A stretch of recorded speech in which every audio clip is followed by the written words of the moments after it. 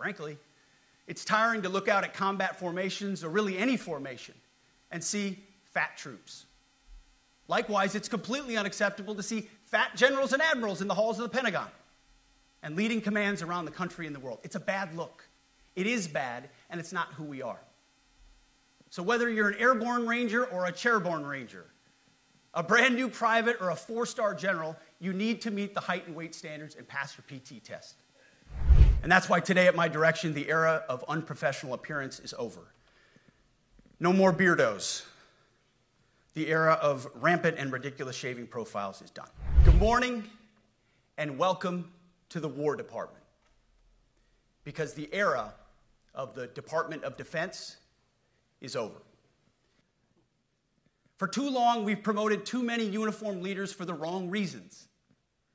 Based on their race, based on gender quotas, based on historic so-called firsts.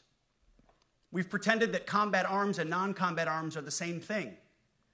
We've weeded out so-called toxic leaders under the guise of double-blind psychology assessments, promoting risk-averse, go-along-to-get-along conformists instead. You name it, the department did it. Foolish and reckless political leaders set the wrong compass heading, and we lost our way. We became the woke department, but not anymore. Frankly, it's tiring to look out at combat formations, or really any formation, and see fat troops. Likewise, it's completely unacceptable to see fat generals and admirals in the halls of the Pentagon and leading commands around the country and the world. It's a bad look. It is bad, and it's not who we are. So whether you're an airborne ranger or a chairborne ranger, a brand new private or a 4-star general, you need to meet the height and weight standards and pass your PT test. And that's why today, at my direction, the era of unprofessional appearance is over. No more beardos. The era of rampant and ridiculous shaving profiles is done. Simply put, if you do not meet the male-level physical standards for combat positions, cannot pass a PT test, or don't want to shave and look professional, it's time for a new position or a new profession.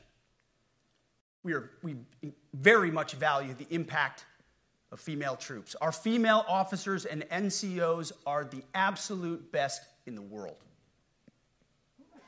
But when it comes to any job that requires physical power to perform in combat, those physical standards must be high and gender neutral. If women can make it, excellent. If not, it is what it is. If that means no women qualify for some combat jobs, so be it. That is not the intent, but it could be the result, so be it.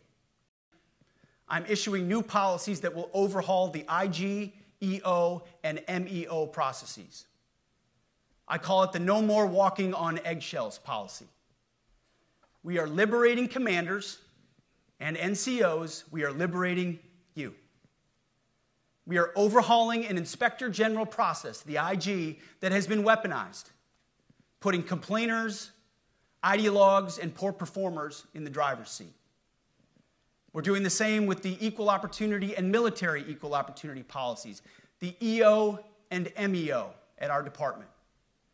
No more frivolous complaints, no more anonymous complaints, no more repeat complainants, no more smearing reputations, no more endless waiting, no more legal limbo, no more sidetracking careers, no more walking on eggshells.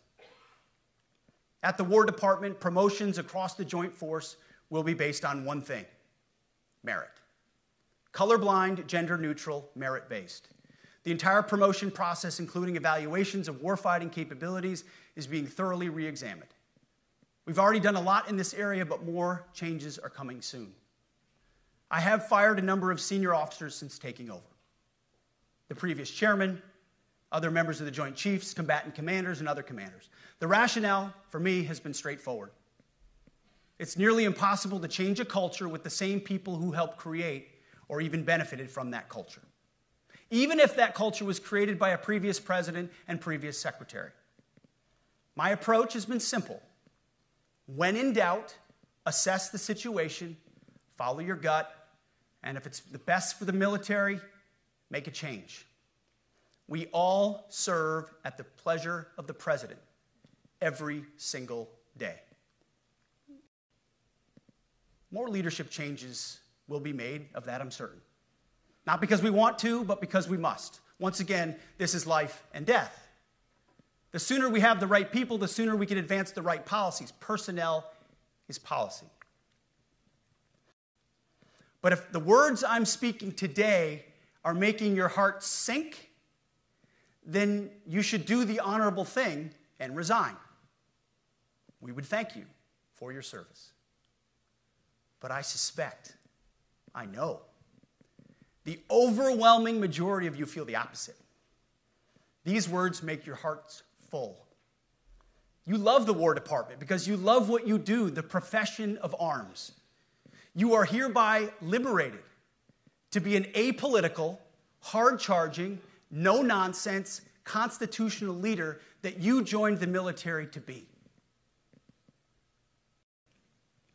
We are preparing every day. We have to be prepared for war, not for defense. We're training warriors, not defenders. We fight wars to win, not to defend. Defense is something you do all the time. It's inherently reactionary and can lead to overuse, overreach, and mission creep. War is something you do sparingly, on our own terms, and with clear aims. We fight to win. Well, today is another Liberation Day. The liberation of America's warriors, in name, in deed, and in authorities. You kill people and break things for a living. You are not politically correct and don't necessarily belong always in polite society. President Trump has your back, and so do I. And you'll hear from him shortly. Move out and draw fire, because we are the War Department. Godspeed.